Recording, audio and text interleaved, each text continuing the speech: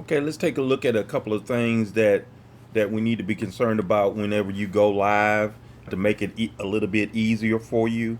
So the first thing we're going to look at is when you actually go live, making sure that your intro page start up. So here I am. I'm in your EV Mux Studio, and I have the intro page highlighted.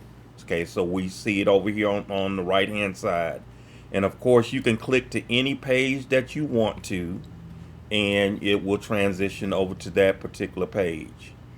If I come back to my intro page and get ready to go live, I'm going to come up here to the top and click the go live button. Okay, when you get to this point, you do have the ability to start wherever you want to. And I look down here to the where it says starting scene. It showed me that the starting scene is going to be main. That is just what it's defaulted to. We can click on this and it's going to take us to a window where we can change it to intro. Okay, so I'm going to click on intro. It brings me back out here. When I'm going to go ahead and click on go live again, and here it's going to say that the starting page is intro, and at that point I would go ahead and click on start, and it would go ahead and start streaming using that. I'm not going to click that right now because it would actually go live to your site. But that's one thing that you want to do, is make sure that you choose the page you want to start with. Like I say, in this case, you want to make sure that you choose intro. And then that would start from that. It would do the timer. And actually, I am going to back out of here and show you something here. I'm going to go ahead and turn your two destinations off so that I can demonstrate this. And then I'll turn them back on when I get finished. And this kind of illustrates one other thing, that you do have the ability to go live whenever you want to, or you can record something and then use it later. When I turn those destinations off, it's, instead of saying go live, it says record. So right now it's just going to record the video. Okay, I'm going to go ahead and click on record, and again it gives me that prompt and lets me change the scene if I want to, and I already have intro set. So I'm gonna go ahead and click start, and now it's gonna start the recording process. And the thing that I want you to see is that the timer is gonna automatically start at 5 minutes and count down from there. Well, if you get in there and say, well, I don't want to wait the full 5 minutes, I want to go ahead and shorten this timer, you do have the ability to come down here, hover over the timer, and then you get a progress bar.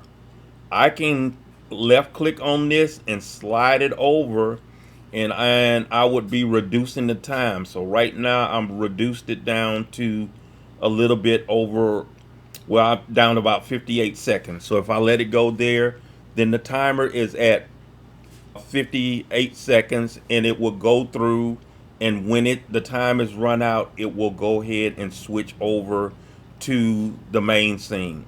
You also have the ability, if you want to just go ahead and not wait till the timer runs out. You can just go ahead and click on main, and it's going to switch over to that main scene right there at that point in time. So that was just a little something that I wanted to show you as well, to show you that you do have the ability to compress that time if you want to. So I'm gonna go ahead and click on end recording. So my recording is gonna stop, and then, so I don't forget what I'm doing, I'm gonna go back in here and edit the destination, and then I'm gonna turn Facebook back on, and I'm gonna turn YouTube back on, so that you have the ability to go ahead and stream to those platforms.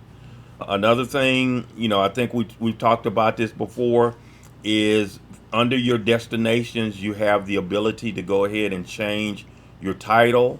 So if the sermon is going to be something different, you can add that in there. You can also, I know you already have some information in there for the description, But you can go in here and edit this anytime you want to and add additional information if you feel that you need to.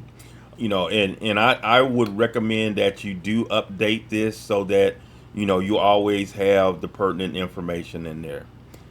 And again, let's think about the fact that you can go in here and let's say you edit your title. The last thing you want to do is go ahead and click on apply to all. So that's going to make sure that it shows up in the title for Facebook and also for YouTube.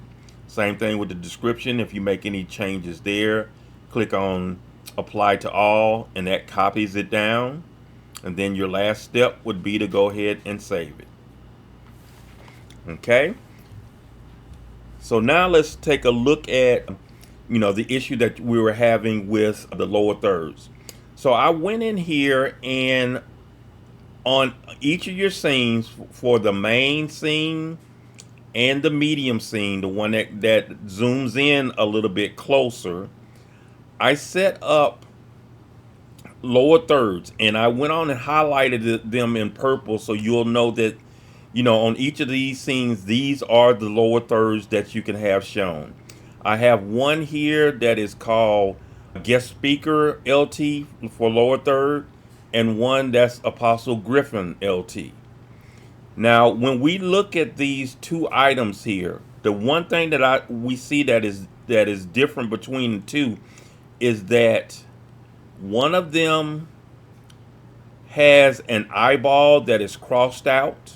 That indicates that item is hidden. It will not show. The one that doesn't, that if I hover over it just has an eyeball that's not crossed out, then that is the one that is set up to show. So let's say, for example, you have a guest speaker. So in this case, I don't want Apostle Griffin's lower third to show. I'll come here to the eyeball and I click it, and it makes it hidden. And then I can come to the guest speaker, click on that eyeball, and it changes it so it is visible. So here I see that it says the Cornerstone Church, and it has Apostle Scott, because that's who spoke that previous Sunday. I can change what is in here on either one of those lines so I can click on that lower third item and then click on settings. And one thing I do to make sure that it works for me, it doesn't get me into trouble, is I click this button that says show all. That way it kind of stops all the animation and I don't have to hurry up and rush before it refreshes. So let's say, for example, instead of Apostle Scott, it is Minister Davis. I would type that in there and then I would unclick where it says show all the time. So then it goes back into my sequence, and then I can just close this up. So now this is changed, okay, to Minister Davis. I would do that on, what I did here, I would do that on both the medium and on the main. So I would come over here, I would click the eyeball to hide Apostle Griffin's lower third. Then I would click that to make that one active. Again, I would click on it so that I can go into settings. Click on show always so I can change the information. I would make that change. Then I would click on show always again to get the time sequence going again. Click the X to close out of here. And then it's changed in both places. Okay, so now we have it set so that this particular lower third for the guest speaker will be showing with your live stream. Okay, once that service is over, and I will try to do this as soon as the service is over, I try to go in and set everything back to the way I normally have it. So to do that, all I'm going to do is come up here to the guest speaker, click the eyeball, make it invisible. Come down to Apostle Griffin, click the eyeball and make it visible.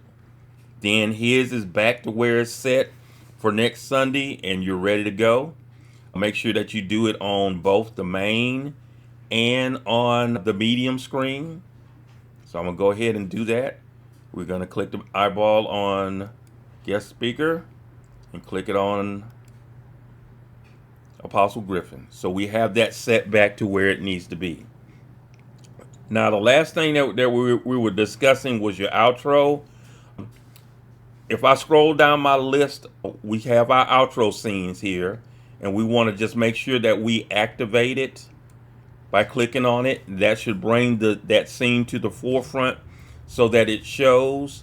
Let that show for a period of time, and then go ahead and you would have the end the live stream button here. Go ahead and click on that, and then that would actually end your live stream. One thing that I want to get with you on tomorrow is to make sure that the buttons that I set up on the computer coincide with the location of this outro scene. That's the only thing I think that could have caused a problem with the outro not showing the way that it should. But I will send you the link so you can schedule a time for me to meet up with you tomorrow, and we'll make sure we have that squared away. So anything else, just let me know and we'll discuss it tomorrow.